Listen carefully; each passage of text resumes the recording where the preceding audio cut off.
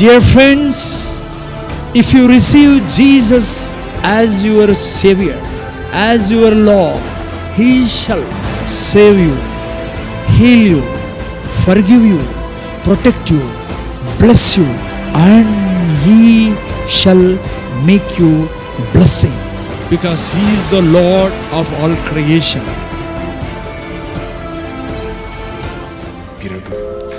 వందనము నీకేలా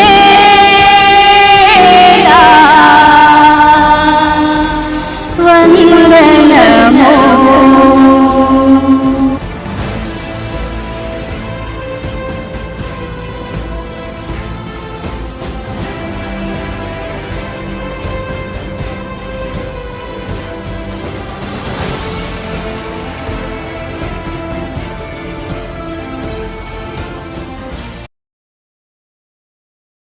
పన్నెండు 28 వాక్యం చదివాళ్ళు ఇద్దరన్నా కనీసం రెడీగా ఉండాలా, లేట్ కాకుండా. దేవుని ఆత్మ వలన నేను దయ్యములను వెళ్ళగొట్టుచున్న ఎడల నిశ్చయముగా దేవుని రాజ్యము మీ యొద్దకు వచ్చి ఉన్నది. ఒకడు మొదట దేవుని రాజ్యము మీ యొద్దకు వచ్చి ఉన్నది. సో మీరు చూస్తే ప్రేర మనం దేవుని రాజ్యం గురించి మాట్లాడుతున్నాం ప్రతి వారము. చిన్న ఇక్కడికి వచ్చేసే లోపలికి దేవుని రాజ్యం గురించి మనం మాట్లాడుతున్నాం. సో చాలా ఇంపార్టెంట్ సిరీస్ ప్లేయర్ ఇది. ముఖ్యంగా ప్రభు కొరకు బ్రతకాలి, దేవుని కొరకు సువార్త చెప్పాలి, అంటే దేవుని కొరకు ఆత్మ రక్షించాలా, సామర్థ్యమైన కార్యాలు చేయాలా అనే వాళ్ళకి ఈ సిరీస్ చాలా అవసరం నేను చెప్పేది. సో ముఖ్యంగా 2 కారణాలు ఉన్నాయి దీన్ని నేను మొదలు పెట్టేదానికి. దేవుడు మంచివాడు అనేది చాలా ఉంది చెప్పేది, కానీ స్టాప్ చేసి ఈ సంవత్సరం ఎందుకో దేవుడు కొత్త ఆలయం కట్టాం.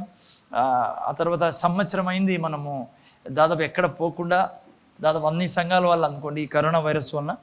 సో ఈ కొత్త సంవత్సరంలో మనం ప్రవేశించినప్పుడు దేవుడు నాకు హృదయంలో ఇది పెట్టడం జరిగిందనమాట.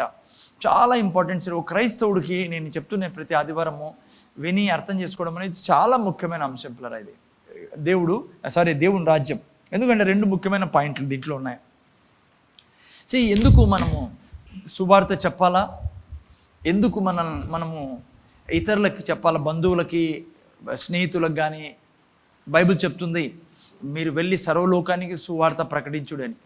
సో ఎందుకు సువార్త చెప్పాలా మనం? ఎందుకు ఇతరులకి వాళ్ళు వినకుండా ఇష్టం లేకుండా కూడా చాలామంది అంటారు మాకు ఇష్టం లేదు కదా, ఎందుకు ఎంటపడతారు మాకు కదా. మన స్నేహితులు నాకైతే చాలామంది చెప్పారు, ఎందుకే మీరేదో మీరు చేసుకోండి, మమ్మల్ని ఎందుకు ఇబ్బంది పెడతారు, మీకు ఇబ్బంది పెడితే ఎందుకు మా ఆయన పడతారు. కొన్ని క్రైస్తవులలో చాలా కొట్లాట్లు ఉంటాయి, ఎందుకంటే సమస్యలు వస్తుంటాయి. ఒకరి రక్షింపబడి ఉంటారు, ఇంకా 4 రక్షింపబడి ఉండరు. ఈ రక్షింపడినవాడు ఊరికే ఉండరు పాపం, ఎందుకంటే ఉండలేము మనము. సువార్త చెప్తుంటే వాళ్ళు అంటారు పెద్ద తలనొప్పి అయిపోయింది మా ఇంట్లో, వీడు ఎప్పటి నుంచి చర్చికి పోతున్నాడో మాకు పెద్ద. సో ఇవన్నీ జరుగుతుంటాయి మీ జీవితంలో. ఒకసారి అనిపిస్తుంది మనకు కూడా, ఎందుకు వచ్చిందిలే ఏడన్నా పోయి నాకేలా, ఊరికే ఉంటే సరిపోతుంది కదా అని మనకే అనిపిస్తుంది. కానీ చివరికి ఊరికే ఉండలేము, ఎందుకంటే మనం ఈ భూమి మీద బ్రతుకుతాండేదే ముఖ్యమైన కారణం సువార్త చెప్పేదానికి.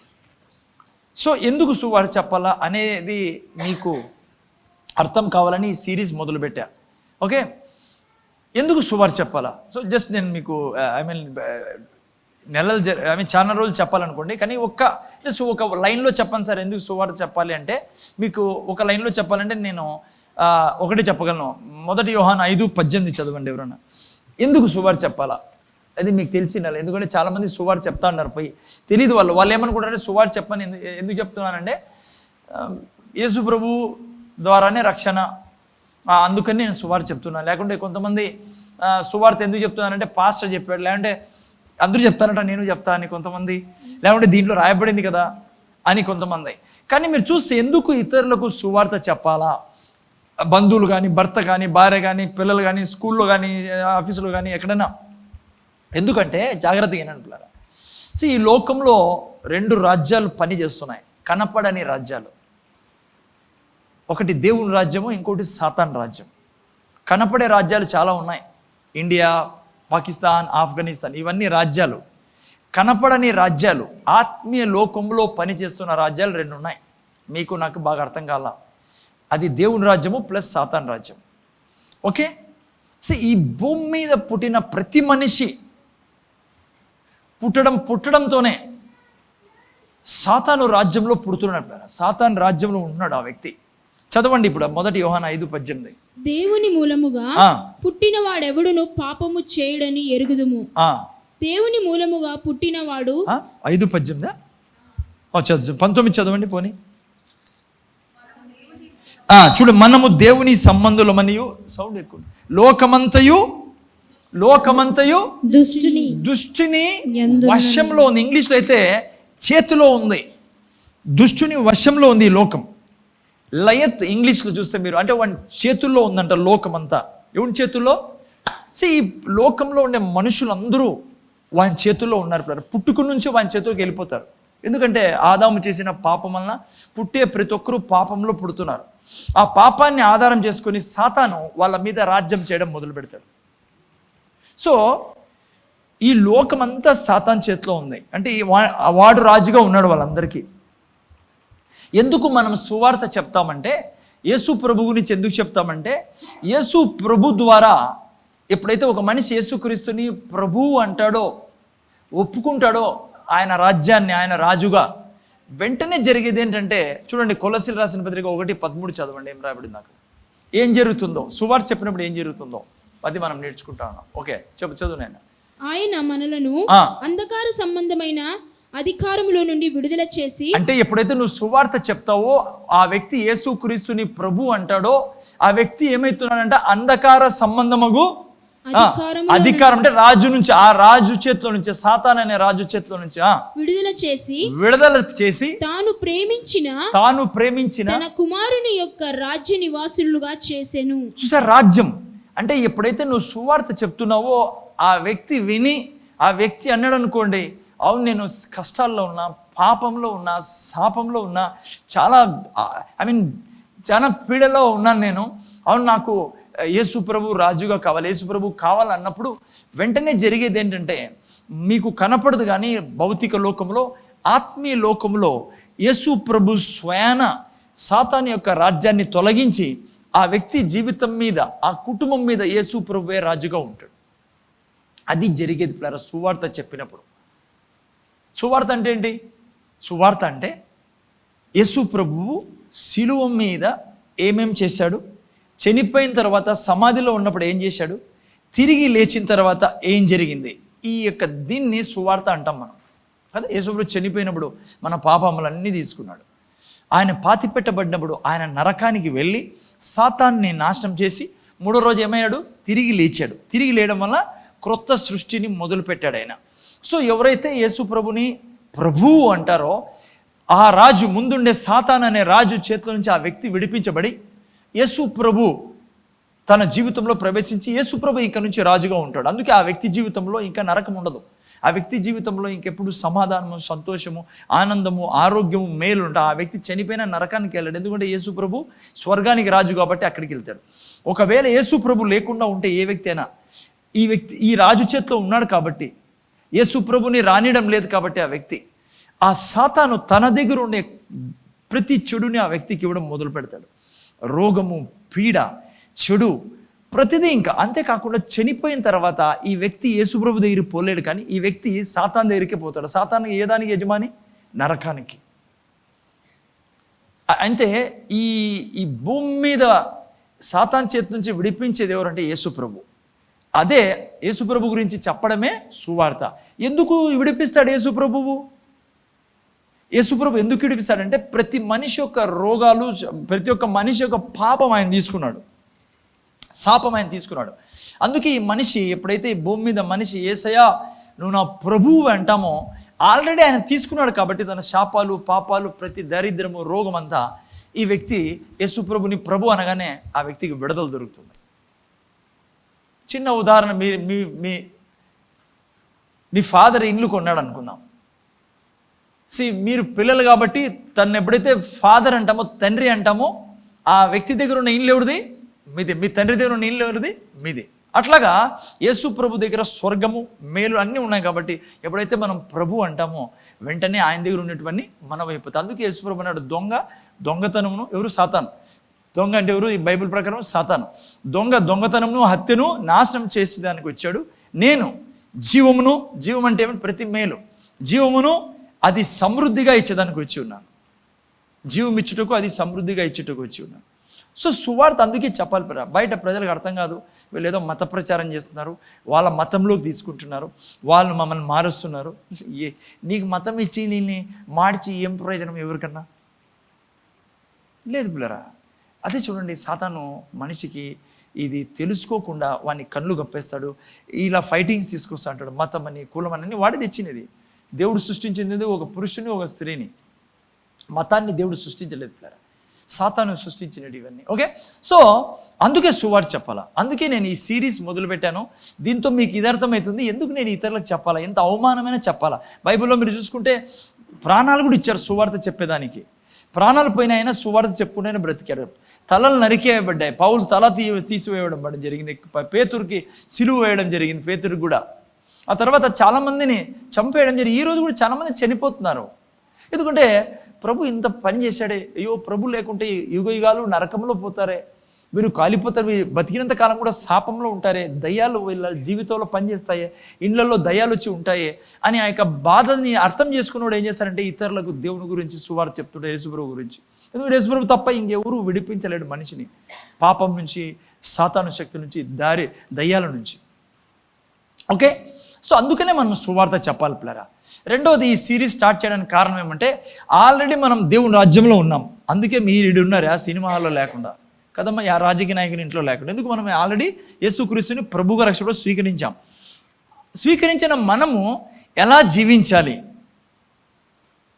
అనేదాన్ని ఈ సిరీస్ ద్వారా నేర్చుకోవచ్చు. మనం ఈ రాజు చేతిలో ఎలా బ్రతకాలి, ఈ రాజు ద్వారాతో కలిసి ఎలా పోవాలనేది కూడా ఈ సిరీస్ ద్వారా మనం నేర్చుకుంటాను. అందుకే దీన్ని దేవుని రాజ్యం అనే పేరు పెట్టాను, దేవుని రాజ్యం.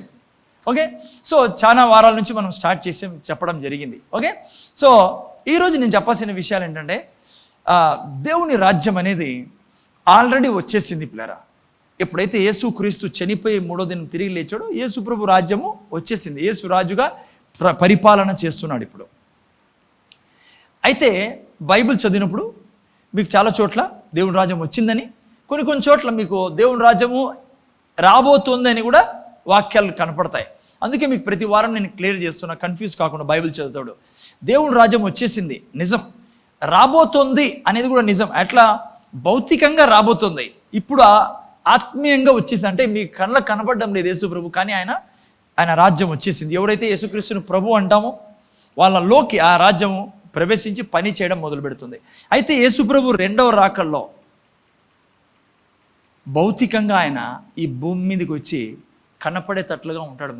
మన మధ్య తిరిగి మన మీద రాజ్యం చేస్తాడు. అదే బైబిల్ చెప్పేది.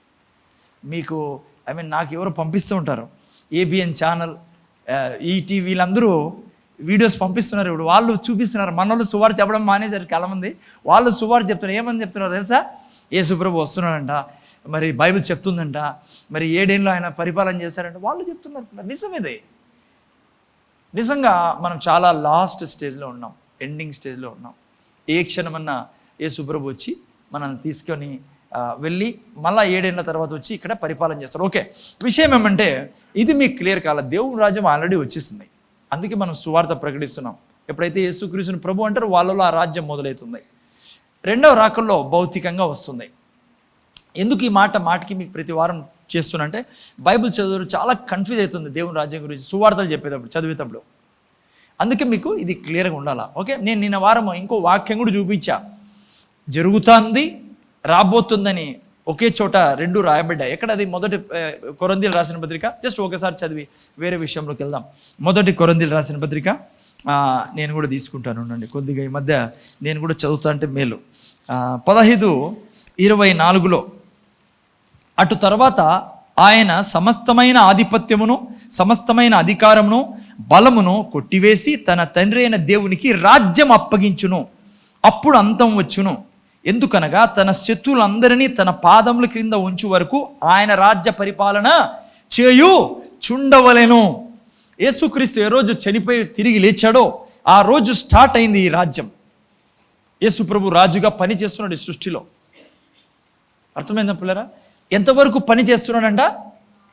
లాస్ట్కి ఆయన రెండవ రాకడ వరకు చేస్తూ ఆ తర్వాత తండ్రికి అప్పచెప్తాడంట. ఆయన రాజ్యం అంతా అయిపోయినాక రెండో రాకడ ఉంది యేసుప్రభు, తెలుసు కదా మీకు. ఎలా అయితే పాత నిబంధన గ్రంథం అంతా మొదటి రాకడ కోసం ఏం రాయబడింది? వస్తాడు ఆయన, పుడతాడు, కన్యకకు పుడతాడని ఏండ్లు చెప్పబడింది. కొంతమంది నమ్మారు, కొంతమంది నమ్మలే, కానీ పుట్టేశాడు. ఇప్పుడేం చెప్పబడుతుంది బైబిల్ ద్వారా? రెండోసారి వస్తాడు. ఇంటే నమ్మితే నువ్వు స్వర్గంలో ఉంటావు, లేకుంటే నోవా టైంలో అంతా నాశనం అయిపోయినట్లుగా నరకంలో ఉంటారు నమ్మని వాళ్ళు. రెండవ రాకడ అతి శీఘ్రంగా ఉంది. బైబిల్లో ఏం రాయబడిందో అది జరుగుతుంది ఈ ప్రపంచంలో. ఏ గ్రంథంలో రాయబడలే ఏం జరుగుతుంది అనేది ప్రపంచంలో, ఇది రాయబడింది. కరెక్ట్గా చక్కగా పోతుంది ట్రైన్. మనం ఎంత ధన్యులం, ఎంత జ్ఞానులం అంటే ఏం జరగబోతుందో ఆల్రెడీ చర్చ్ ద్వారా ప్రీచ్ చేయబడుతుంది, బైబిల్లో రాయబడింది. ఓకే, ఇక్కడ ఏం రాయబడింది? ఆ లాస్ట్కి ఆయన యేసుప్రభు ఏం చేస్తాడంటే దేవాది దేవుడు తండ్రికి ఆయన రాజ్యాన్ని అప్పచెప్తాడు. మొదటి ఆదాము ఏం చేశాడు? సాతానికి అప్పచెప్పాడు రాజ్యాన్ని. ఈ రెండవ ఆదాము యేసుక్రీస్తు, అందుకు యేసుప్రభు రెండవ ఆదాము అని పిలువబడతాడు. యేసుప్రభు చివరి ఆదాము అని కూడా అంటారు బైబిల్లో. అయితే ఈ ఆదాము ఏం చేశాడంటే సాతాను రాజ్యాన్ని తీసివేసి తిరిగి ఈ రాజ్యాన్ని బాగు చేసి దేవుని చేతికి అప్పచెప్తాడు లాస్ట్లో కదా. ఆ తర్వాత కింద చూసినట్లయితే 25లో ఎందుకనగా తన శత్రులందరినీ తన పాదముల కింద ఉంచు వరకు తన రాజ్య పరిపాలన చేయుచుండవలను. నేను అది చెప్పాను, రాజ్య పరిపాలన చేయుచుండవలను ఎంతవరకు అంట? తన శత్రులందరినీ తన పాదముల కింద ఉంచేంత వరకు అని. ఎవరంట ఆ శత్రువు? కడపటి నశింపజేయబడు శత్రువు ఎవరు? మరణం. అర్థమైందా? లాస్ట్ ఎనిమి ఎవరు? దేవుని యొక్క శత్రువు ఎవరు? మరణం. ఎందుకు ఈ మాటికి చెప్తున్నాను ప్రతి వారం అంటే, క్రైస్తవులే, దేవుని బిడ్డలే, ఎవరు చనిపోయినా దేవుడు చంపాడు అని చెప్తుంటారు. దేవునికి మరణం శత్రువు పిల్లరా. మనకి ఎంత అయిష్టమో ఎవరైనా చచ్చిపోయారంటే ఎంతో బాధేస్తుంది, ఎంతో దుఃఖం వేస్తుంది. దేవుని కూడా అసలు ఇష్టం లేదు మరణించడం. దేవుడు కాదు తెచ్చినది మరణం.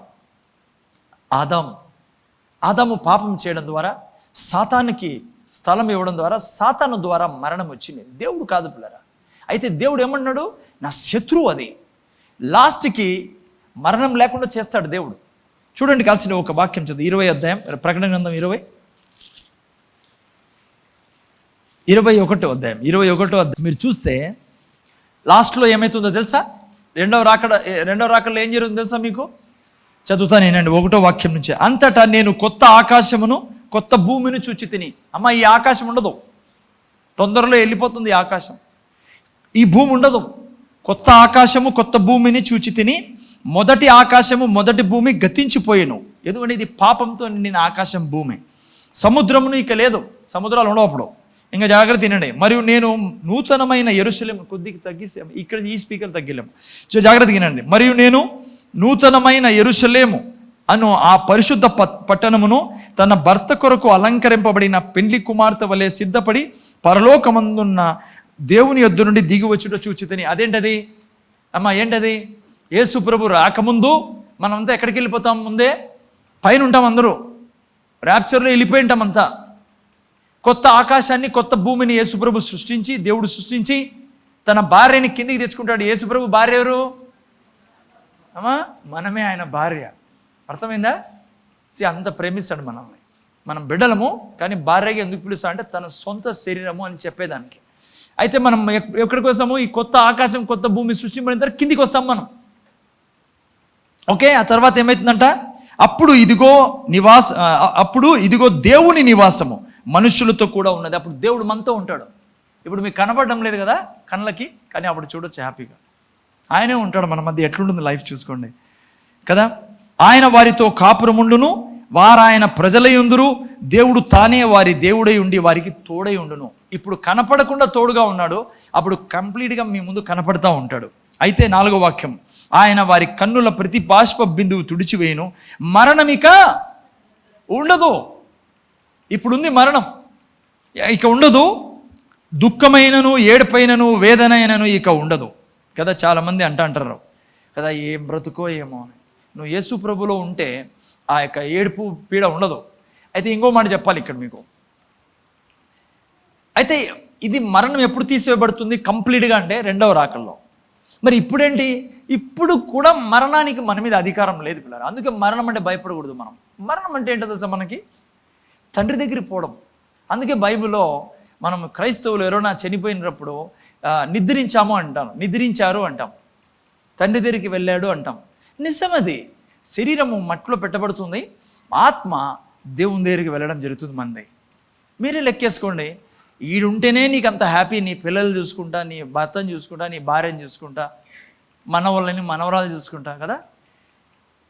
ఇదే ఇంత ఆనందం ఇస్తా అంటే జీవం గల దేవుని దగ్గర పోయినప్పుడు ఎంత ఆనందంగా ఉంటుంది మనకు. నా మరణం ఎంత అద్భుతం తెలుసా మీకు? నేను చాలాసార్లు చెప్పాను మీకు. మనం కళ్ళు మూస్తూనే దూతలు వచ్చి నిలబడుకుంటారు మన ముందర. దూతలు వచ్చి మన ఆత్మను తండ్రి దగ్గర తీసుకెళ్తారు. వాళ్ళు మన సేవకులు పిల్లరా. ఇప్పుడు కనపడ్డంలా దూతలు మీకు మన చుట్టూ ఉన్నారు పిల్లరా. నిజమేది, ఇది నిజం పిల్లరా. దేవుడు ఆత్మీయ లోకాన్ని చాలామంది అడుగుతారు, నాకు డౌట్ వచ్చేది చాలాసార్లు. ఏం చూపించచ్చు కదా ఆత్మీయ లోకము. మనము ఒక నిమిషం బతకలేం ఆత్మీయ లోకం మనం చూస్తే. ఆత్మీయంగా ఇది కొంతమందికి దేవుడు చూపిస్తాడు, ఆ వరాలు ఉన్నాయి, దేవుడు చూపిస్తాడు మనకి. జనరలీ లైక్ అందరూ ఆత్మీయ లోకం చూస్తున్నారు అనుకోండి, ఇప్పుడు చూపించాను అనుకోండి కళ్ళు తెరిచి, ఏమైంది సార్? దూతలు చూస్తాం బాగానే ఉంది, కానీ దురాత్మలో లోకంలో చెడుతోనే చెడు చీకటి శక్తులు ఏమేమి చేస్తున్నారు చూడలేం మనం. అందుకే దేవుడు చూపించడంలా. కానీ కళ్ళతో, ఆత్మీయ కళ్ళతో చూడొచ్చు. నేను చూస్తూనే ఉంటాను. ఎట్లా? వాక్యం ఏం చెప్తుందో అది జరుగుతుంది నా చుట్టూ. అవి పారిపోతున్నాయి 7 మార్గాల్లో. నా దగ్గరికి ఏమొచ్చినా అవి పారిపోతున్నాయి 7 మార్గాల్లో. నా శత్రువులకి దేవుడు భయం పెట్టి ఉన్నాడు. నేను ఎక్కడికి వెళ్ళినా ఆశీర్వదించబడినవాడిని. ఆశీర్వాదం, నా పేరే ఆశీర్వాదం. అర్థమవుతుందా మీకు?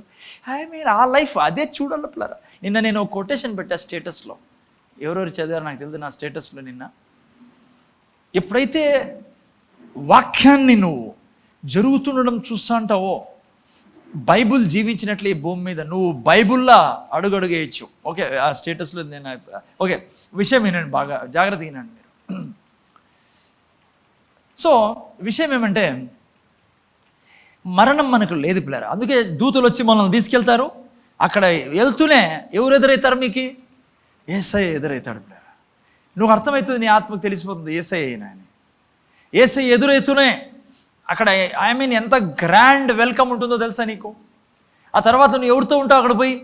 అక్కడ నీకు సొంత ఇల్లు ఉంది, మ్యాన్షన్. ఇక్కడ నీకు బహుశా బాడిగింట్లు ఉన్నాయేమో. ఆ ఇల్లు ఎవరు కట్టిన ఇల్లు తెలుసా?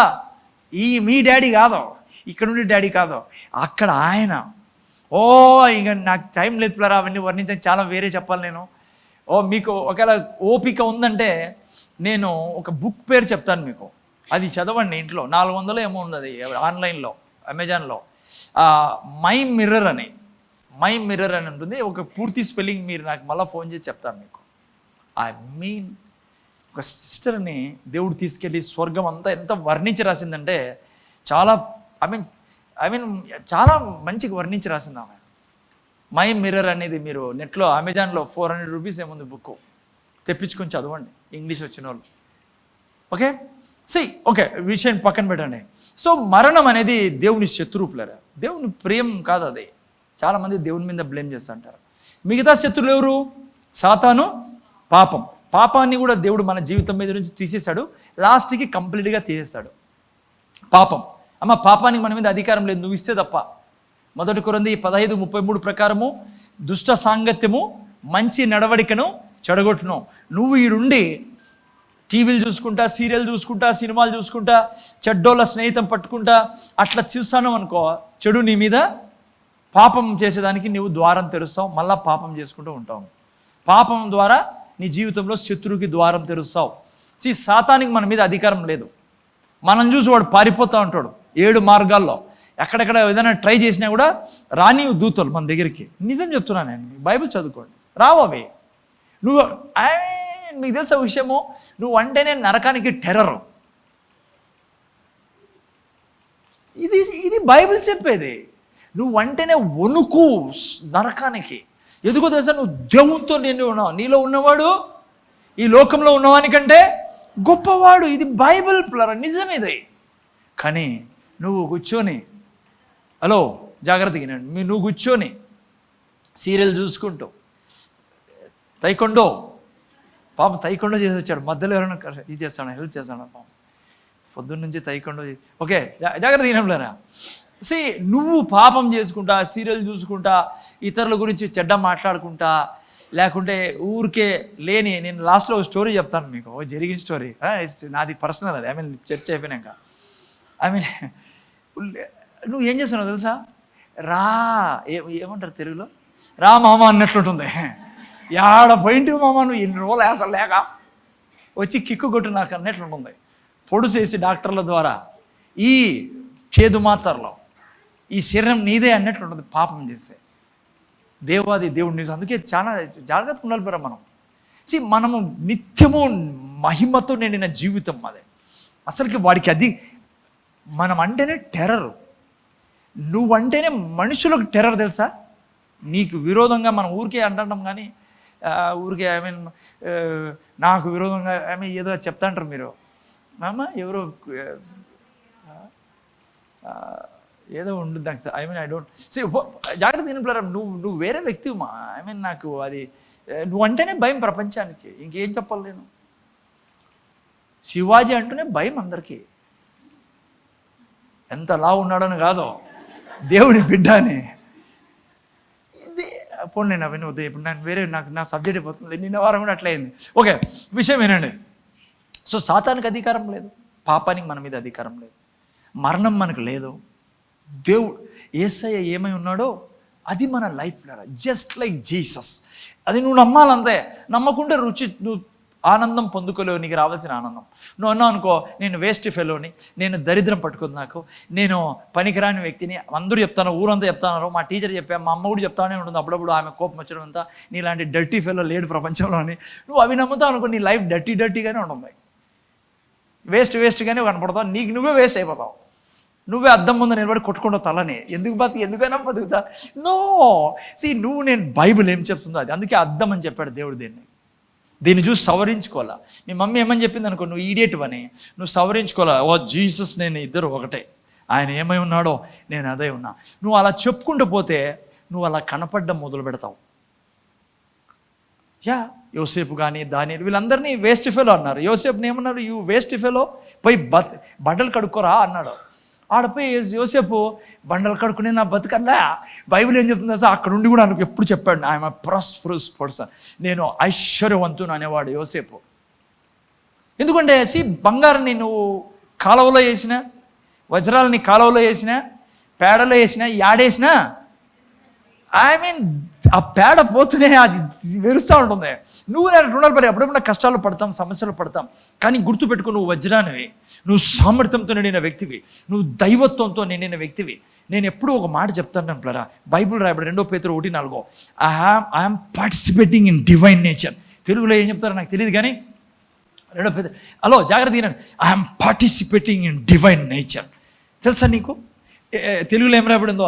నేను ఎక్కడ చదువు, గుణాతిశయములను బట్టి ఆయన మనకు అమూల్యములను అత్యధికములైన వాగ్దానములను అనుగ్రహించి ఉన్నాడు. ఈ వాగ్దానముల మూలముగా తెలుగులో కూడా బాగా రాయబడింది, మీరు తప్పించుకొని దైవ స్వభావమునందు పాలివారై ఉన్నాం మనం. నా వంశం వేర్పులారా. ఈ భూమి మీద మీరు చూసే ఏదైనా చెప్పచ్చు నా గురించి, కానీ నేను చూసేదేమో తెలుసా, I'm participating divine nature, divinity. నన్ను నేను ఏమంటాను తెలుసా, I'm a divine person, divinity is in me. దైవత్వం నాలో ఉంది, నేను దేవునితో కలిసి భాగస్తునే ఉన్నా ఈ సృష్టిలో. భూమి మీద నేను దైవత్వం కలిసి ఉన్నాం జీవించేదానికి. ప్లరా అది స్పెషల్ లైఫ్ యేసుప్రభులో ఉన్నవారి లైఫ్. సాతానికి ఆడుంది స్థలము, నువ్వు వాకిలు తెరిస్తే తప్ప. వాడు ప్రయత్నం చేస్తా అంటాడు దూరుదామని, అర్థమవుతుందా? జాగ్రత్త తినండి, పడుకుంటున్నాను వాళ్ళ పాప ఏసీ ఉంది వాళ్ళ కోసం. జాగ్రత్త, మిగతా వాళ్ళు జాగ్రత్త తినండి. ఎందుకంటే మిమ్మల్ని ఎందుకు వాడు టవాల్ వేయాలా మీ మీద? టవాల్ వేయడం అనేది తెలుసా? ఇప్పుడు టైం లేదు నారా చెప్పేదాన్ని కదా. ఓకే గుడ్, నా సబ్జెక్ట్ అది కాదు. ఇక్కడండి ఇంకా ఈరోజు నేను ఈరోజు చెప్పాల్సింది ఏమంటే, ఈ యొక్క దేవుని రాజ్యం ఎలా పనిచేస్తుంది. కులాప దేవుని రాజ్యము ఎలా పనిచేస్తుంది. ఓకే, ఎలా పనిచేస్తుంది అందుకే ముందరకు వచ్చి పెట్టా. ఓకే, అర్థమైందమ్మా దేవుని రాజ్యం ఎలా పనిచేస్తుంది. జాగ్రత్తగా ఏంటంటే చాలా ఇంపార్టెంట్ సబ్జెక్ట్ ఇది నీకు అర్థం కాకుంటే నీకు కష్టమవుతుంది దేవునితో నడవడము, దేవుడి యొక్క ఆశీర్వాదం పొందుకోవడం. కార్ ఎట్లా నడుస్తుంది? పెట్రోల్తో నడుస్తుంది. పోనీ భారతదేశ రాజ్యం ఎట్లా నడుస్తుంది తెలుసా మీకు? దేవుని భారతదేశం రాజ్యము ఒకరు బిఏ బీకామ్లు సీకామ్లు చదివినారు మీరు. ఏదైనా ప్రశ్న అడిగే ఏదో ఫస్ట్ సారి ఇన్నట్టుంటుంది చంద్రమండలం నుంచి. మన రాజ్యం నడపడేది కాన్స్టిట్యూషన్ ద్వారా, ఏమంటారు దాన్ని, రాజ్యాంగం ద్వారా రాజ్యం భారతదేశ రాజ్యం. కానీ దేవుని రాజ్యం ఎట్లా నడపబడుతుంది సార్? దేవుని వాక్యం ద్వారా నడపబడుతుంది. అది నేను చెప్పాల్సింది. ఈ రాజ్యంలో నువ్వు పని చేయాలంటే నువ్వు ఫోన్ చేసి ఇండియన్ కాన్స్టిట్యూషన్కి రాజ్యాంగానికి అడగాల్సిన పనిలే, లేకుంటే ఇంకెవరికి అడగాల్సిన పనిలే. ఎలా ఈ రాజ్యంలో పని జరుగుతుందని. ఈ రాజ్యంలో పని జరిగేది ఎలా అంటే నువ్వు దేవుని వాక్యాన్ని చదివితే తెలుస్తుంది. దేవుని వాక్యం అంత ఇంపార్టెంట్, చాలా ముఖ్యమైనది. ఓకే, ఇది నేను ఈరోజు చెప్తాను మీకు. ఓకే, లూకా సువార్త 4:16 నుంచి చాలా ముఖ్యమైన విషయాలు నేను చెప్పాలి పిల్లరా ఈరోజు. ఓకే, చాలా అవసరం. రాజ్యాంగంలో రాయబడింది రెడ్ లైట్ క్రాస్ చేస్తే ఫైన్ పడుతుంది అని. రాజ్యాంగం చెప్తుంది కాబట్టి రెడ్ లైట్ క్రాస్ చేయం. బైబుల్ చదివినప్పుడు ఈ రాజ్యం ఎలా పని చేస్తుందో క్లియర్గా రాయబడింది కాబట్టి నేను చెప్తున్నాను. ఓకే, లూకా సువార్త 4:18 ఎవరైనా చదవండి తొందరగా. 4:18 నుంచి నాయన.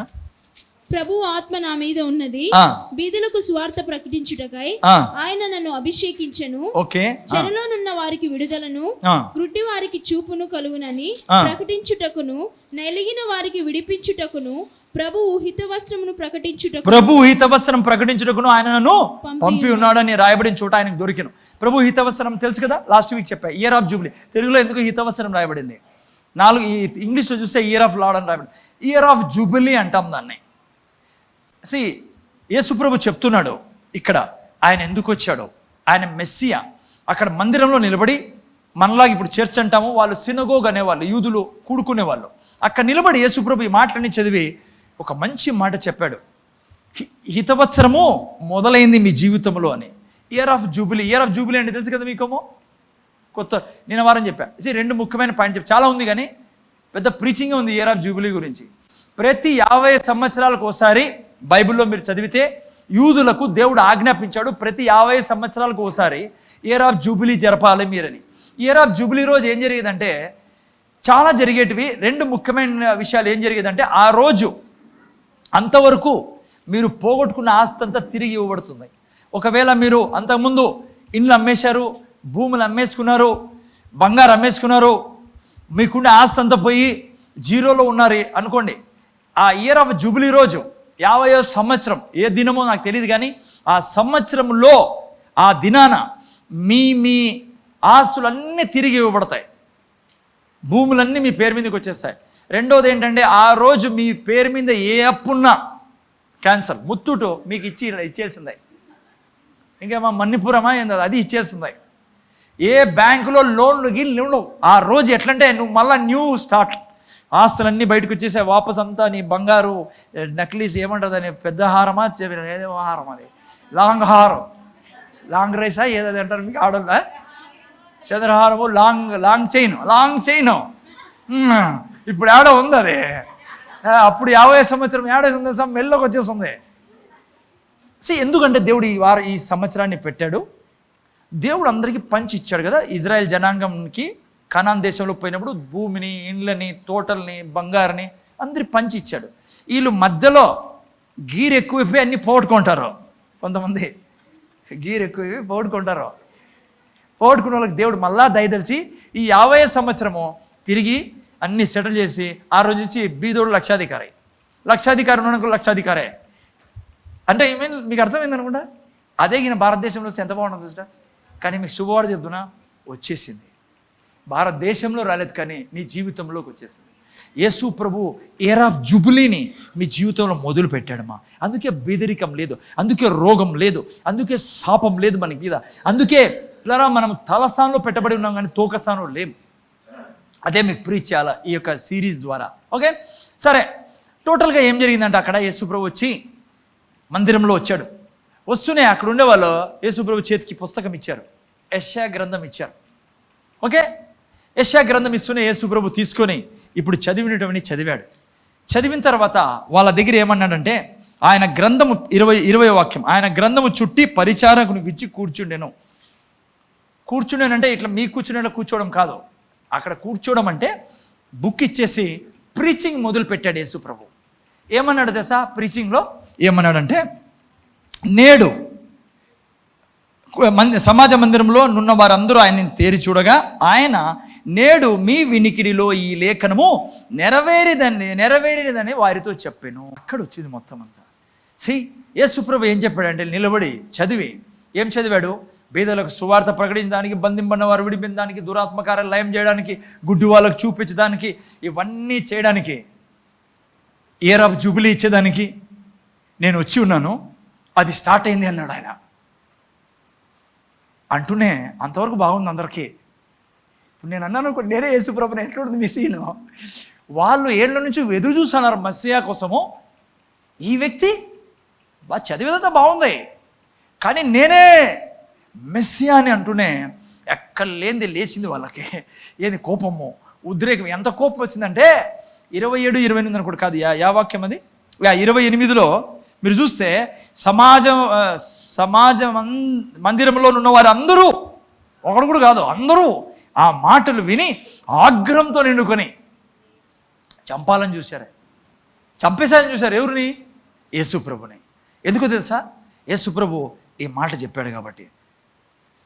నేను బంధింపబడినారు, విడిపించిన, చచ్చిపోయిన లేపేదానికి, అన్ని ఎమ్మెల్యే మెస్సియా వచ్చి ఏం చేస్తాడో అవన్నీ చేసేదానికి నేను వచ్చి ఉన్నాను. నేనే మెస్సియా అన్నాడు వాళ్ళకి. నేనే ప్రభువుని, నేనే రక్షకుణ్ణి అన్నాడు. ఎందుకు ఇంత కోపం వచ్చిందంటే, వాళ్ళు వేరే విధంగా చూస్తున్నారు. రాజు అంటే రథం వేసుకొని వస్తాడు ఆకాశంలో నుంచి, రాజధాని ఉంటుంది, ఆ టైప్ మైండ్ వాళ్ళదే. ఇతన్ని చూసి ఏంటి, యోసేపు కొడుకు, మరియమ్మ కొడుకు, కానీ యోసేపు కొడుకు కాదు యేసుప్రభు, దేవుని కొడుకు. సో అలా ఊహిస్తున్నారు, ఆయన అలా అనుకుంటున్నారు కాబట్టి కోపం వచ్చేసింది అందరికీ. ఓకే, సో టాపిక్ అది కాదు నాది. నా టాపిక్ ఏమంటే, దేవుని రాజ్యము పనిచేసే విధానము ఎలా వాక్యం ద్వారా పనిచేస్తుంది. ఓకే, ఇప్పుడు నేను జాగ్రత్తగా, యేసు ప్రభువు నిలబడి ఏమంటున్నాడు? ఆయన ఏం చేసేకి వచ్చాడంట? ఫస్ట్ నుంచి చదువుదాం, 18 నుంచి. ప్రభు ఆత్మ నా మీద ఉన్నది, బీదలకు సువార్త ప్రకటించుటకు. ఆ తర్వాత కింద చూస్తే బంధింపబడి గుడ్డి వారికి చూపించడానికి, చెరలో ఉన్న వాడి విడుదల, 5 విషయాలు చెప్పాడు అక్కడ. నేను మీకు ఈరోజు అడగాల్సిందే, వినండి జాగ్రత్తగా. యేసు ప్రభు స్టార్టింగ్లో ఏమంటున్నాడు? నేను బీదలకు సువార్త. మీకు నాకే అడిగాను అనుకోండి, యేసు ప్రభు ఏం చేస్తే ఫస్ట్ బాగుంటుందో లిస్ట్ ఇమ్మని. మనం ఏం చెప్తాం? చనిపోయిన వారు లేపు, గుడ్డివారు కనిలి, మాకంతా డబ్బులి, ఆ తర్వాత సువార్త చెప్పు అంటాం కదా. కానీ ఆర్డర్ చూడండి అక్కడ, ఆర్డర్. సువార్త ఫస్ట్, వాక్యం చెప్పడం ఫస్ట్, ఆ తర్వాత మిగతావన్నీ. మీకు నాకు అడిగితే మనం ఉల్టా ఆర్డర్ ఇస్తాం దేవునికి. ఫస్ట్ చచ్చిపోయిన లేపు, అద్భుతాలు చేయి. ఎందుకు ఈ మాట చెప్తున్నానంటే పిల్లరా, మనం అనుకుంటాం మీ సువార్త చెప్తున్నారు కాబట్టి మీకు విలువ తెలుసాల, సువార్త విలువ. ఇక్కడ ఎవరైనా చనిపోయిన వాళ్ళని తీసుకొచ్చారనుకోండి, నేను లేపాను అనుకోండి వాళ్ళని, మీరంతా తప్పట్లు కొడతారు, ఊరంతా రేపు వారం నుంచి రావడం మొదలు పెడతారు. మీకు తెలుసా, నేను సువార్త ప్రకటించలేదనుకోండి, సువార్తకి ఇంపార్టెంట్ ఇవ్వలేదనుకోండి, ఆ వ్యక్తి మళ్ళీ చచ్చిపోతాడు. మళ్ళీ చనిపోయిన తర్వాత అడిగిపోతాడు, సువార్త లేకుంటే నరకానికి పోతాడు. నిన్న దివ్య ప్రీచ్ చేసినప్పుడు అదే చెప్పింది ఆడ మెమోరియల్ సర్వీస్లో. మోషేకి ఏం రిక్వెస్ట్, అబ్రహాంకి ఏం రిక్వెస్ట్ చేసుకున్నాడు ధనికుడు ఆడ నరకంలో? చచ్చిపోయిన ఒకరిని నువ్వు పంపి అంటే, లాజర్ని పంపి. అబ్రహాం ఏమన్నాడు? వేస్ట్, లాజర్ని పంపించి కూడా వినరు. వినాల్సింది ఏమో తెలుసా వాళ్ళు? సువార్త. మోషే ప్రవక్తలు ఏం చెప్తున్నారో, ఏలియా ఏం చెప్తున్నారో అది వినాలా. ఓకే, పాయింట్ ఏమంటే, సువార్త చాలా, అంటే వాక్యం ద్వారా ఈ రాజ్యం నడబడుతుంది, అది మీకు బోధించాలి. ఏం నడబడుతుంది? ఈ రాజ్యం ఎలా నడబడుతుంది? వాక్యం. వాక్యం టాప్ ప్రియారిటీ పిల్లరా. అందుకే చూడండి, యేసు ప్రభు సమరయ స్త్రీతో మాట్లాడుతున్నాడు. సమరయ స్త్రీకి ఏం చేశాడు? అద్భుతమైన మాటలు విన్నప్పుడు ఆమె అక్కడి నుంచి వెళ్ళిపోయి జీవితం మారిపోయింది ఆమెది. ఆమె ఊరంతా తీసుకొచ్చింది. కొర్నేలియస్ ఇంట్లోకి వెళ్ళినప్పుడు పేతురు వాక్యం చెప్పినప్పుడు ఏం జరిగింది? వారు రక్షింపడ్డారు. దేవుడు ఆయనలోకి దిగాడు. పరిశుద్ధాత్మ దేవుడు దిగి వాళ్ళలోకి వారికి పరిశుద్ధాత్మ బాప్తిజం లభించింది అక్కడ. పిల్లరా, రాజ్యం గురించి నేను మీకు చెప్తున్నా, ఈనాడు జాగ్రత్తగా విన్నాను పిల్లరా. చాలా ఇంపార్టెంట్ విషయాలు సాతాను మేము మీకు తెలియకుండానే వాడు అక్కడిక్కడ మీ డైవర్షన్ని తీసుకెళ్తా అంటాడు, అటెన్షన్. జాగ్రత్త వినాలి, అందుకనే జాగ్రత్త వినాను ప్లేరా. సో అందుకే సువార్త చెప్పడం చాలా ఇంపార్టెంట్ ప్లేరా. వాక్యం చాలా ఇంపార్టెంట్ ఈ రాజ్యంలో. వాక్యం ద్వారానే సమస్త పని జరిగేది. చూడండి, ఒక మంచి మాట రాబడి రోమిల్ రాసిన పత్రిక 10:15 నుంచి చూడండి సువార్త ఎంత ఇంపార్టెంట్ ప్లేరా. రోమిల్ రాసిన పత్రిక 10వ అధ్యాయంలో మీరు చూసినట్లయితే ఫటాఫట్ తీసేవాళ్ళు అంటే చదువుతాడు. 10:15 నుంచి ప్రకటించువారు పంపబడని ఎడల. అందుకే చూడండి బైబిల్లో మీరు చూస్తే వారి యొక్క సువార్త ప్రకటించేవారు పాదములు, అది చదవాలైనా నాకు చూస్తే మీరు ప్రకటించు వారు పంపబడని ఎడల 15 ఎట్లు ప్రకటించుదురు ఇందు విషయమై ఉత్తమమైన వాటిని గూర్చి సువార్త ప్రకటించు వారి పాదములెంతో సుందరమైనవి. ఏం చెప్తుంది బైబిల్? సువార్త ప్రకటించే వారి పాదములు చాలా సుందరమైనవి, కానీ ఆ కాలాన్ని ఇరగొడుతున్నారు. మీకు తెలుసా బయట ఏం జరుగుతుందో? సువార్త చెప్పే వాళ్ళని వేస్ట్ ఫెలో అనుకుంటారు. ఈవెన్ క్రైస్తవులే అనుకుంటారు సువార్త చెప్పేవాళ్ళు వేస్ట్ అని. చాలామంది భర్తలు అంటారు భార్యతో, చాలామంది సువార్త చెప్పేవాళ్ళు. ఏం చేస్తాను, ఏం ప్రయోజనం సువార్త చెప్పి? ఏంది అందరికి పోయి సువార్త చెప్తా అంటాం? క్రైస్తవ కుటుంబాలకే తెలియదు ఎంత విలువైందో. సువార్త నువ్వు చెప్తా ఉంటే నీ పాదములు రమ్యమైనవి, సుందరమైనవి. ఎందుకో తెలుసా? ఒక వ్యక్తిని నువ్వు సువార్త చెప్పడం ద్వారా, యేసుప్రభు గురించి చెప్పడం ద్వారా, ఆయన మరణ పునరుత్థానాల గురించి చెప్పడం ద్వారా ఆ వ్యక్తిని నరకం నుంచి తీసుకొస్తాను బయటికి, సైతాన్ నుంచి బయటికి తీసుకొస్తాను. సిస్టర్ వింటాను కదా. అందుకే సువార్త చెప్పేవాళ్ళు చాలా విలువైన వారు దేవుని దృష్టిలో. అందుకే మేము తక్కువ చూపు చూడకూడదు. చాలాసార్లు మనకు కూడా సువార్త చెప్పే మనకు కూడా ఏమనిపిస్తుంది తెలుసా? ఏందో కదా వీళ్ళు వస్తా అంటారు పాపం, ఎండకు పోయి 1 గంటకు 2 గంటల ఆటోలో దిగి ఇట్లా ఊగలాడుకుంటా తల ఎత్తుకొని కిందికి. వీళ్ళకే అనిపిస్తూ ఉంటుంది ఏమొచ్చిందిరా మాకి, బయట ఇంట్లో చక్కకి తినుకుంటా ఉంటారు. మా చర్చిలో చాలామంది ఇడ్లీ సాంబార్ తిని ఈ పాటికి గొరకలు పెడతా ఉంటారు ఇంట్లో కూర్చొని. మాకెందుకు ఇదని? కానీ మీ పాదములు ఎంతో సుందరమైనవి. దేవుడు మీకు ప్రతిఫలం ఇచ్చే దేవుడు. భూమి మీద ఇస్తాడు. మీరు చనిపోకముందే మీ పిల్లలు దీవించబడతారు. సువార్త చెప్పే వాళ్ళని బ్రహ్మాండంగా దేవుడు దీవిస్తాడు. పేరా మీ పిల్లల పిల్లల పిల్లలు తరతరాలు మిమ్మల్ని బట్టి, అబ్రాహామును బట్టి ఎట్లయితే దీవించబడారు మీ బట్టి దీవిస్తారు. సువార్త చెప్పేదాన్ని సిగ్గుపడకండి. ఈ సృష్టిలో అతి విలువైనది ఏదన్నా ఉందంటే సువార్త. సువార్త అంటే తెలుసు కదా, ఆల్రెడీ చెప్పేశాను మీకు. యేసుప్రభు చావు ఎందుకు చనిపోయాడు, యేసుప్రభు ఎందుకు పాతిపెట్టబడ్డాడు, ఎందుకు 3వ దినం తిరిగి లేచాడు అనేదే. దాన్ని మీరు చెప్తున్నారనుకోండి, వినకపోని వాళ్ళు మీకు ఇంకో విషయం చెప్తారు రహస్యము. మీ పిల్లల్ని యుగ యుగాలు మీ వంశం ఉన్నంత వరకు కూడా వాళ్ళు బీదరికంలో చూడకుండా మీరు ఉండాలని కోరుకుంటే, శాపం లేకుండా ఉండాలని కోరుకుంటే, వాళ్ళు నీ తర్వాత వచ్చే వంశాలని మేలులతో నింపబడాలని కోరుకుంటే, నేను చెప్తున్నా ఈరోజు ఛాలెంజ్ చేసి నువ్వు సువార్త చెప్పు. సిగ్గుపడకుండా సువార్త చెప్పు. నిన్ను తిట్టినా నువ్వు అసలుకి వేస్ట్ ఫెలో, అసలు ఎందుకు ఇది చేస్తా, నీకే అసైన్మెంట్ చాలాసార్లు ఏందిరా నన్ను ఈడియట్గా చూస్తారు కదా. నువ్వు కరపత్రం ఇచ్చిన ఎట్లా చూస్తారు? నేను ఏదో సేల్స్ మ్యాన్ అన్నట్లు చూస్తారో. పో అంటారా? నీకు చెప్పలేదు మీకు ఎవడు? నాకు ఎంతమంది అపార్ట్మెంట్లో పోతే పో అంటారు సెక్యూరిటీ గార్డే. అటు నుంచి వచ్చాను నేను. నాకు సువార్త తెలియదు కాదు. నేను బాగా తిరిగిన వ్యక్తిని, అనిపించుకున్న వ్యక్తిని, కొట్టించుకున్న వ్యక్తిని నేను. మీరు అనుకోండి మంచి బ్లేజర్ వేసుకుని నిలబడమే సార్, ఆయనకి ఏం తెలుసు సార్, అన్నీ చూసి వచ్చాను నేను. సెక్యూరిటీ గార్డే అనేవాడు, ఏదో అమ్ముకునేవాడు ఈ వ్యక్తి, ఎందుకు వచ్చావు, పగవ ఆ అపార్ట్మెంట్ ఈ రాలే సార్, దేవుని వాక్యం పక్కన. ఎంత అవమానమై అనిపించేది తెలుసా? కానీ విలువ తెలుసు కాబట్టి నాకు సిగ్గుపడేవని కాదు. మీ ఫ్రెండ్స్ అనొచ్చు మత ప్రచారం చేస్తాను, సిగ్గుపడద్దండి. నేను చెప్తున్నా, మీ పిల్లల జీవితాల్లో, మీ కుటుంబంలో మేలులతో నింపాలనుకుంటే నువ్వు కష్టపడి సంపాదించి తెచ్చే డబ్బు ద్వారా కాదు, ఇంకా ఏ ద్వారా కాదు. నువ్వు వాక్యం సువార్త చెప్పితే నీ పిల్లలకు నువ్వు ఎన్ని మేలులు మిగిల్చిపోతావంటే, అట్లా కుటుంబాలు దండిగా తెలుసు నాకు.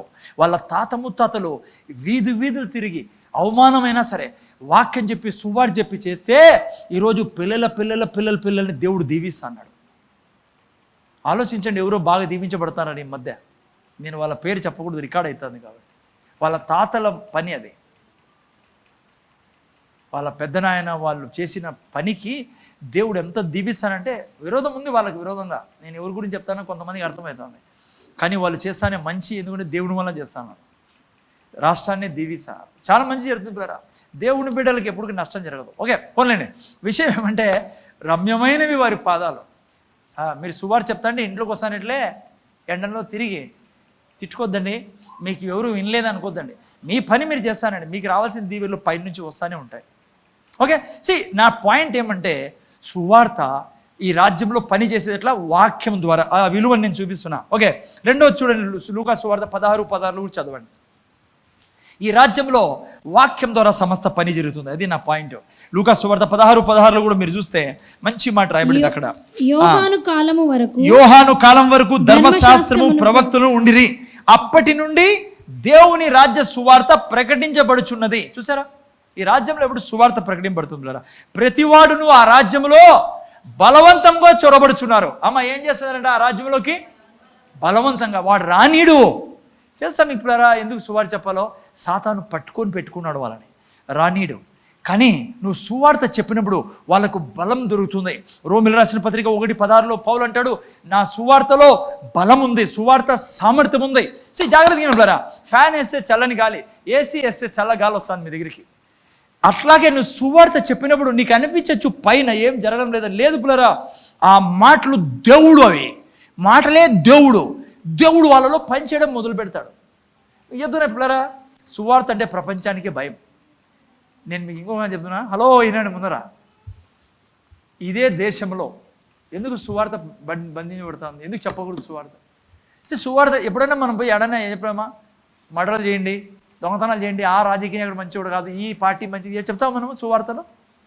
మనం చెప్పేది మంచి దేవుని గురించి, యేసుప్రభు గురించి. ఎందుకు బ్యాన్ చేస్తున్నారు? నేను చెప్తున్నా మీకు, 1 సంవత్సరం ఈ దేశంలో సువార్త చెప్పుకోవడానికి ఫ్రీడమ్ ఇచ్చారనుకోండి, దేశం పరిస్థితి మారిపోతుంది. ఈ దేశం ఉండే ముఖమే మారిపోతుంది. ఈ దరిద్రం, ఈ రోగాలు ఏమి ఉండవు. ఎస్, ఈడే కాదు, మీరు అనుకోవచ్చు వేరే దేశాలు కూడా సువార్త చెప్పకుండా ఆపేస్తున్నారు ప్రతి చోట. మీకు తెలుసు అతి త్వరలో ఒక మతం రాబోతుంది. 1 religion 1 currency 1 leader 1 world. Bible రాయబడింది, ఇది 1000 సంవత్సరాల క్రితం రాయబడింది. ఇప్పుడు అందరూ మాట్లాడుతున్నారు. ఓకే, ప్రాబ్లం ఏమంటే పిల్లరా, సువార్త చెప్తే ఈయన పరిస్థితులే మారిపోతాయి కదా. ఏం జరుగుతుంది సువార్త చెప్తే? చూడండి, ఒక వాక్యం చదువుతాం మనం. మార్క్ సువార్త 1:21 ఏం చెప్తుందో, ఆత్మీయ లోకంలో ఏం జరుగుతుందో. 1:21 చదివితే, అంతటా యేసు ప్రభు కపెర్నహూములోకి వచ్చాడు. అంతటా వారు కపెర్నహూములోనికి వెళ్ళిరి. వెంటనే ఆయన విశ్రాంతి దినమున సమాజ మందిరంలోకి పోయి బోధించను. వాక్యం చెప్తున్నాడు, వాక్యం. అందుకే చాలా ఈ చర్చిలో బోధించడానికి చాలా సమయం వాడతాం పిల్లలు. చాలా ఇంపార్టెంట్, మీకు తెలియదు. కానీ చచ్చిపోయిన వాళ్ళు లేపేదానికంటే అది అవసరం, నేను చేయాలా, మనం చేయాలా, అది దేవుడు ఇచ్చిన అధికారం. కానీ నీకు వాక్యం చాలా అవసరం, జ్ఞానం చాలా అవసరం, దేవుని యొక్క వాక్య జ్ఞానం. ఈయన జాగ్రత్తగా నేను పిల్లరా, ఇక్కడ చూడండి ఏం రాబడిందో 22. ఆయన శాస్త్రుల వలె కాక అధికారం గలవాని వలె వారికి బోధించను గనుక ఏమైంది? గనుక వారు ఆయన బోధకు ఆశ్చర్యపడి. అయితే ఇంకేంటి జాగ్రత్తగా, ఆ సమయమున వారి సమాజ మందిరంలోనికి అపవిత్రాత్మ పట్టిన మనుషుడు ఒకడు ఉండెను. మందిరంలో అపవిత్రాత్మ పట్టిన మనుషుడు ఒకడు ఉండెను. వాడు నజరేయుడగు యేసు, మాతో నీకేమి, మమ్మను నశింపజేయుటకు వచ్చితివా? నీవెవడవో మాకు తెలియను, నీవు దేవుని పరిశుద్ధుడవని కేకలు వేసెను. అందుకు యేసు ఊరకుండము వానిని విడిచి పొమ్మని దానిని గద్దింపగా ఆ పవిత్రాత్మ వానిని విలవిల్లాడించి పెద్ద కేక వేసి వాడిని విడిచి వెళ్ళిపోయాడు. జాగ్రత్తగా నిలబడరా, యేసు ప్రభు వచ్చి వాక్యం చెప్తున్నాడు. దురాత్మలు పట్టిన వ్యక్తి ఉన్నాడు, అరవడం మొదలుపెట్టాడు. జాగ్రత్తగా వినండి. అదే మీరు నేను సువార్త చెప్పేటప్పుడు జరిగేది. నీకు అరవకపోవచ్చు, వాళ్ళు చాలా ఈవిల్ స్పిరిట్స్ ఏముంటాయంటే సైలెంట్గా వెళ్ళిపోతాయి. దేవుడు కూడా ఏం చేస్తాడంటే మన ఆత్మీయతను బట్టి, మన జ్ఞానాన్ని బట్టి అక్కడ గడబడి జరగనీడు. దూతలు సైలెంట్ అంతా దురాత్మ. నా యొక్క జ్ఞానం చెప్తున్నాం మీకు. మనం పోయే చోట అరుస్తా అంటే ఎట్లుంటుంది చెప్పని పరిస్థితి. అమ్మా ఇప్పుడు నేను బయటికి పోతాన్నా, నిజంగా దురాత్మ పట్టిన వాళ్ళు ఎవరైనా పోతున్నారు అనుకో, నన్ను చూసి కేకలు వేస్తాంటే ఏమైంది? భారతదేశం ఎట్ట తయారవుతుంది తెలుసా మీకు? మనల్ని అంత చేయలేస్తారు. ఈ ఆడపోయినా వీళ్ళు చూసి అరుసా ఏంటి, మనుషులు అంతా అరుస్తారు, వాళ్ళకి తెలియదు కదా లోపల ఏముందో. అందుకనే కానీ సత్యం ఏమో తెలుసా, నువ్వు నేను ఎక్కడ సువార్త చెప్పినా మెదర్ ముందర చూడండి, ఖచ్చితంగా వాళ్ళలో ఉన్న చీకటి శక్తులు వెళ్ళిపోతాయి, అజ్ఞానం వెళ్ళిపోతుంది. వాళ్ళ కళ్ళు కప్పింటాయే దురాత్మలు, అవి తీసివేయబడతాయి పిల్లరా. అందుకనే మీకు మాటికి నేను చెప్తుంటా, ఎప్పుడు కూడా ఆ 10 మంది మాదిరి మీరు చూడకూడదు.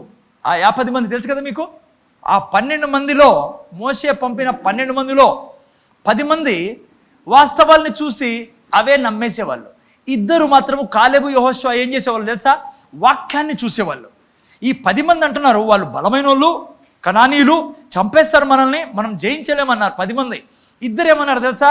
ఓ దేవుడు మన పక్షం ఉన్నాడు. వాళ్ళకి దేవుడు లేడు, దేవుడు పోయి తీసుకోమంటానేది, మనం జయిస్తామన్నాడు. నా కళ్ళు ఎప్పుడూ అదే చూడాలి.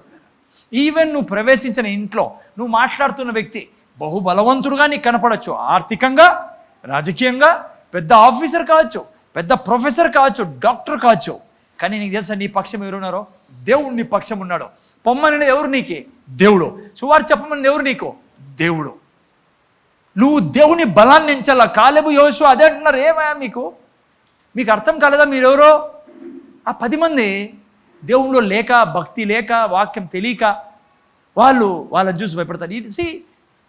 ఇదే ఈరోజు క్రైస్తవులు చేస్తాను. దేవుని బిడ్డలు దేవుని గురించి చెప్పకపోయే భయపడుతున్నారు. నీ బలాన్ని ఎంచుకుంటాను, వాళ్ళ ఆకారం చూసి భయపడుతున్నావు. లేదు పిల్లలు, ఆ 2 మాదిరి మనం ధైర్యంగా సువార్త చెప్పాలా, ధైర్యంగా మాట్లాడాలా, దేవుని గురించి చెప్పాలి. ఎందుకో తెలుసా? నరకానికి పోకుండా కాపాడే వాళ్ళం మనం.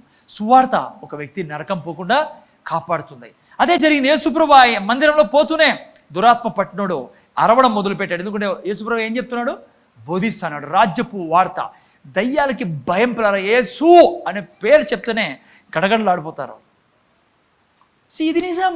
అందుకే మనం సువార్త చెప్పాలి. ఈ రాజ్య వార్త ఎప్పుడు ఆపకూడదు. మనం ధైర్యంగా చెప్పాలా. బంధువులకు వాళ్ళు ఎంత తిట్టుకున్నా, ఎంత నేను నిరుత్సాహపరిచే సాతాను వాళ్ళ ద్వారా నీ మీద అటాక్ చేస్తాడు. నీ గురించి నాకు తెలీదా? పెద్ద సువార్త చెప్తా, నాకు తెలియదు అనుకున్నావా నీ గురించి? ఒకప్పుడు నువ్వు ఆ జీవితంలో, ఇప్పుడు నాకు ఆ హిస్టరీ లేదు నీది.